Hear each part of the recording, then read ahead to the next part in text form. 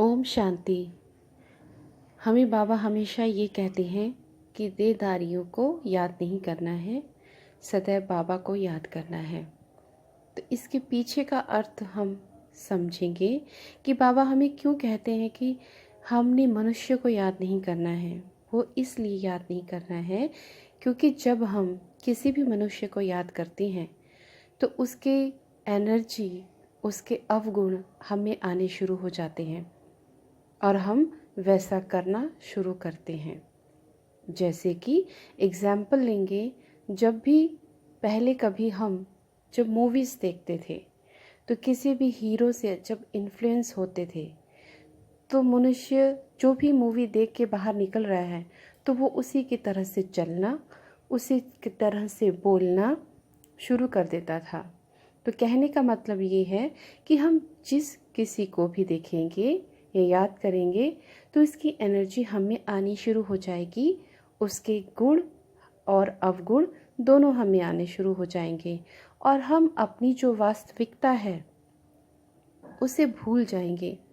जैसे कि हम ज्ञान और योग में चल रहे हैं और हम किसी भी आत्मा को याद करते हैं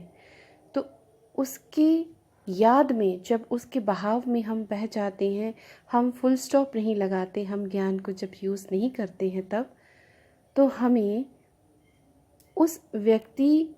को याद करते करते हम उसके व्यक्तित्व के प्रभाव में इतना आ जाते हैं कि हमारी शक्ति कब ड्रेन हो गई हमें पता ही नहीं चलता है।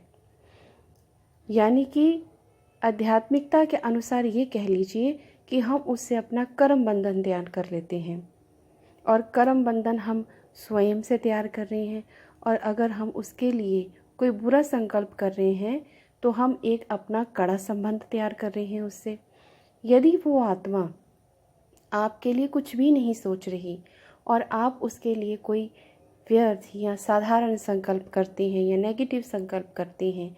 एक बार दो बार बार बार उसको संकल्प देते हैं, उसके भाव में बहते हैं,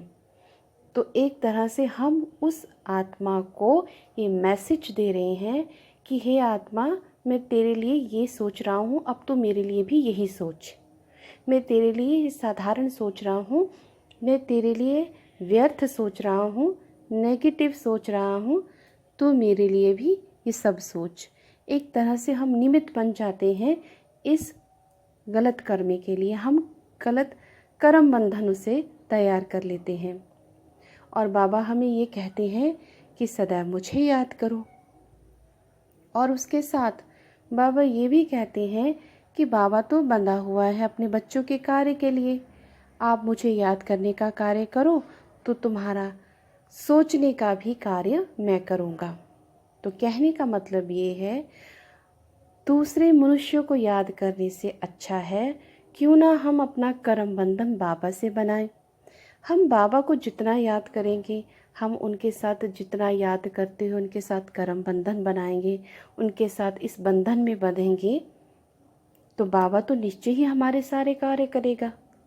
जब हमारी याद में बाबा ही रहेगा, उसमें निश्चय ही यही रहेगा, निश्चिंत ही हम रहेंगे, तो हमारे सारे कार्य अपने आप होते जाएंगे। क्योंकि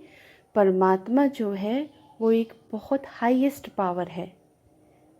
और उस हाईएस्ट पावर के साथ जुड़ने से जितने भी हमारे पाप हैं, विकर्म हैं, वो भस्म होते हैं और ऑटोमेटिकली ही हम पुण्य कर्म करते हैं, अच्छा सोचते हैं और अच्छा बनते हैं, कर्म में लाते हैं, व्यवहार में लाते हैं, सोच में लाते हैं, बुद्धि की लाइन क्लियर होती है, बाबा से संबंध कांटेक्ट बना रहता है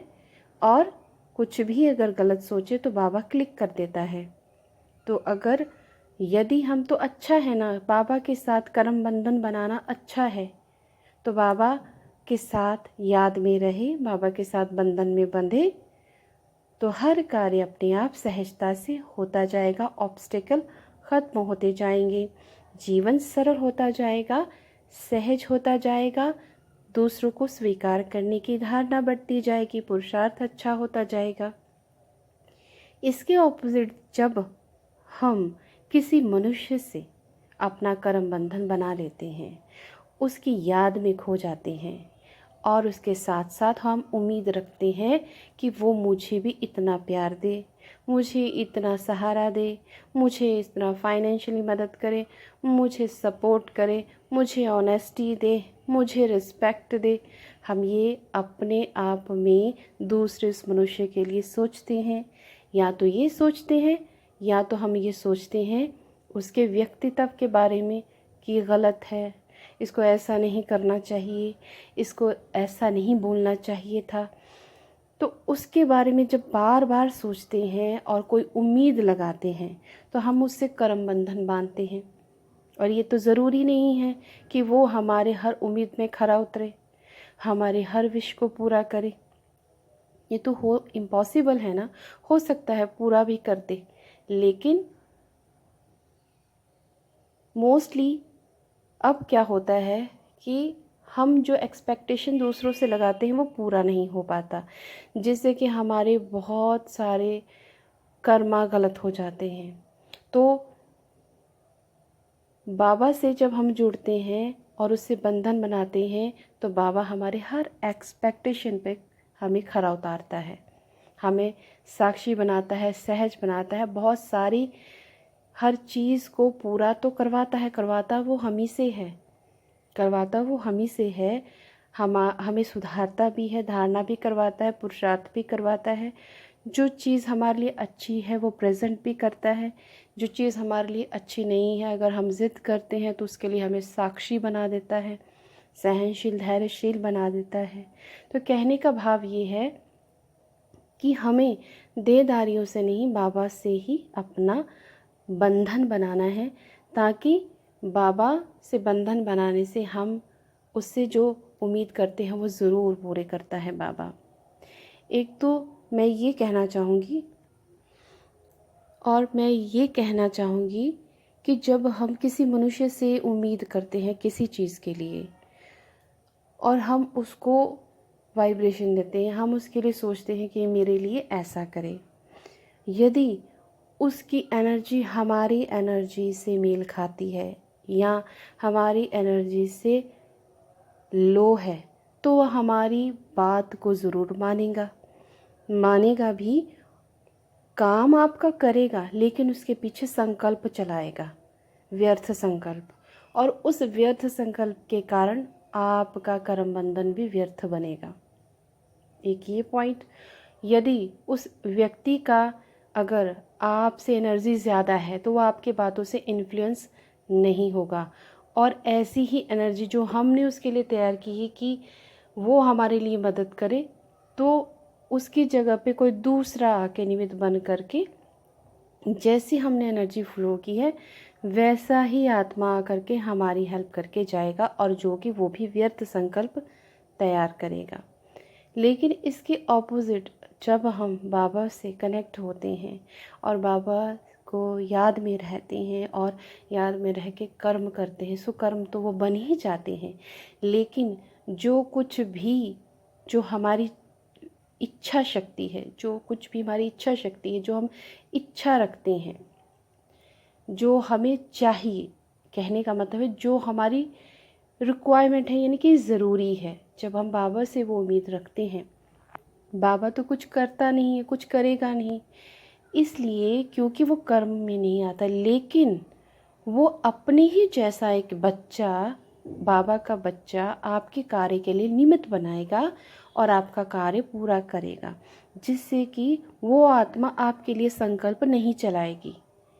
बाबा अपने ही जैसा एक बच्चा आपके लिए निमित्त बनाएगा, आपका काम करवाएगा, और वो आत्मा आपके कार्य के पीछे जो वो निमित्त बना है, मीडिएटर बना है, वो कोई संकल्प व्यर्थ, साधारण, नेगेटिव नहीं चलाएगा और आपका उसके साथ कर्मा नहीं बनाएगा। तो बाबा की पॉलिसी ऐसी होती है, इसीलिए बाबा को याद करना है, बाबा का ही चिंतन करना है